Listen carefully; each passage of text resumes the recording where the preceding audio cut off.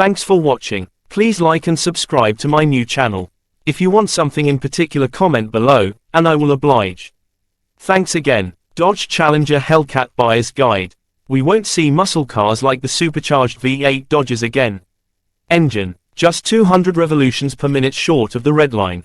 Early Hellcats did the 0 to 60 miles per hour run in 3.7 seconds, or 3.6 seconds in the fatter tired widebody.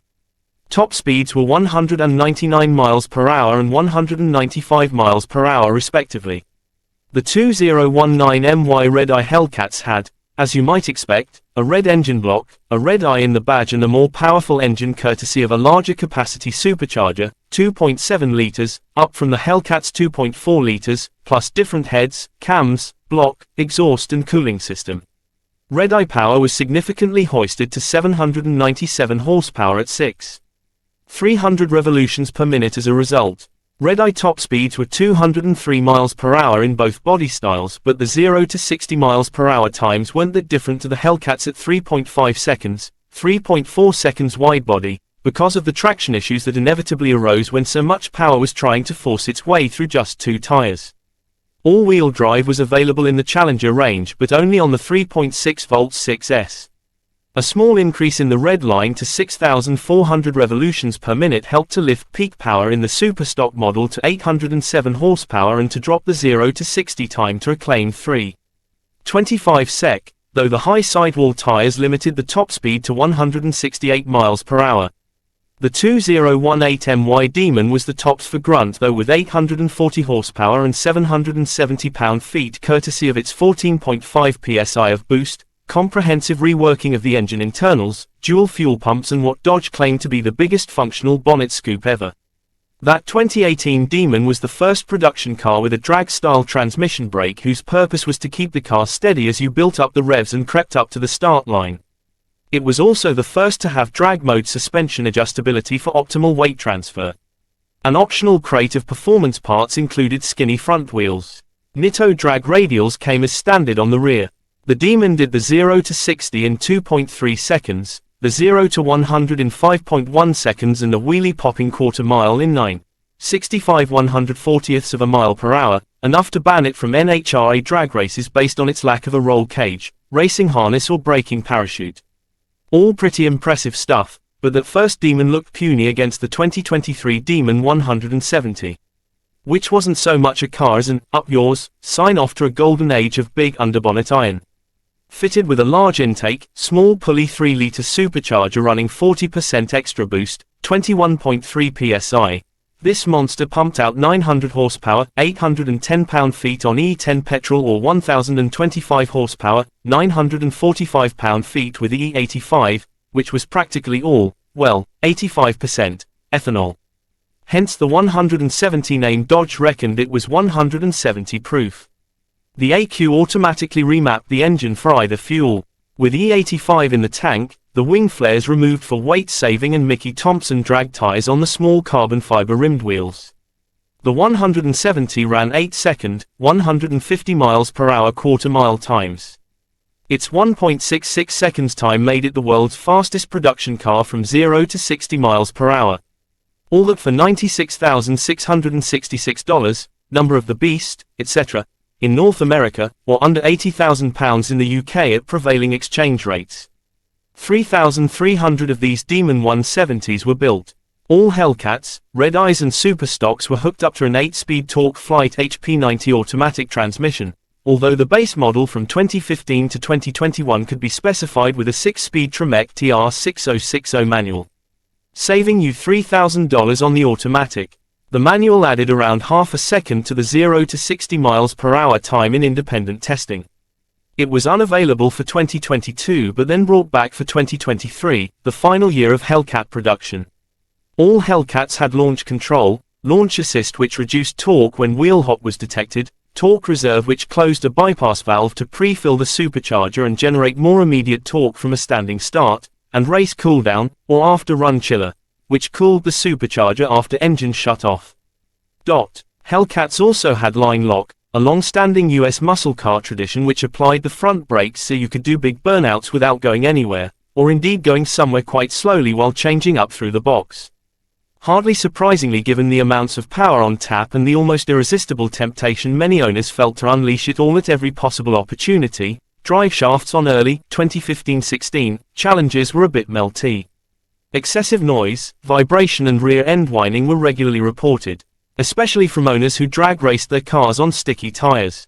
A tech bulletin was put out on it. If the technician heard unusual rear-end whining, they replaced the prop shaft. It took Dodge quite a few goes to get these replacement parts up to spec, but they got there in the end. The 2023 Demon 170 was given a 30% stronger prop shaft and a 30% stronger rear axle than the 2018 Demons. The superchargers of some 2015 and 2016 cars suffered from bearing trouble, leading to lower boost, more odd whining noises, a beans in the tin type rattle and, in a very small number of cases, total component failure. By 2017 all of the dodgy superchargers should have been replaced under warranty by superior ones. Obviously there should be paperwork with the car to confirm that. Oil cooler lines were vulnerable to splitting on more than 1,000 February to May 2017 build cars, giving rise to the possibility of oil on your windscreen, not enough oil in your engine, and a potential fire. Upper radiator hoses leaked, usually caused by unsuitable clamps. Charged air pump connectors corroded and there was a recall on the fuel rail crossover. Engine misfires weren't unheard of and nor were broken valve rocker arms. Don't buy a Hellcat if you want to save the planet. The EPA city fuel consumption was 15 mpg and it wasn't hard to imagine that dropping well below 10 mpg with enthusiastic use. That was on the lowest powered model in 2015. You can make your own guesses on what the equivalent data might be on the really humongous models. Some US websites quoted CO2 emissions in pounds per mile rather than grams per kilometer. Again, for the basic 298 grams per kilometer Hellcat, that equated to over a pound of emissions per mile, which is quite sobering. Chassis. Hellcats weren't light at over 2 tons, and 57% of that was over the front wheels. Predictably they were criticized for their lardiness by owners of rivals such as the aforementioned Mustang Shelby GT500 or the Camaro ZL1. But Dodge owners were quite happy to trade off some of the finer points of handling for the butt-clenching thrills of major horsepower. All they cared about was there would be enough power to vanquish rivals on the strip. Which in red-eye spec or above there most certainly was. And actually the Hellcats felt surprisingly light on their feet, all things considered. Wheels were Hellcat-specific 20 inches items and the brakes had 6-piston front, 4-piston rear Brembo calipers. Some cars had 3-mode Bilstein adaptive damping competition suspension. Power steering was electric, nominally for better feel but mainly, you suspect, to ease parking. You had lots of modes to play with on gear change speed, steering and paddle shift response and suspension. There was no physical control for those, you had to do it all via the touchscreen. Body. The 2015 Challengers got a new front-end look that was designed to evoke more vivid memories of the Gen 1 cars from the 1970s, but the first SRT Hellcats were not that obviously different from the standard Challengers.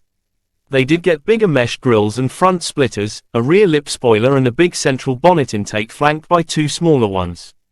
The 2018 Demon had a huge central intake. From 2019 all Hellcats had dual nostril bonnet vents. 2018 on wide-body cars had 3.5-inch wider wheel arch flares front and rear, side sills, housing 20x11 wheels with 305 20ths P0 tires. The lights front and rear were LEDs and the hood, or bonnet, intakes were functional. Paint quality was never a strong point on Gen 3 Challengers. The boot wasn't large enough to swing a Hellcat in and the aperture through which you were meant to insert your kitty wasn't that big. Either. Interior. Some fans grumbled about having to ignore an air of cheapness in the Dodge's cabin, and that it wasn't really special enough for the performance. The Demon 170 was because it only had one seat as standard and the roll cage and the parachute as subsidiary options. One of the few points of difference between Hellcats and lesser models was the 200 mph speedometer.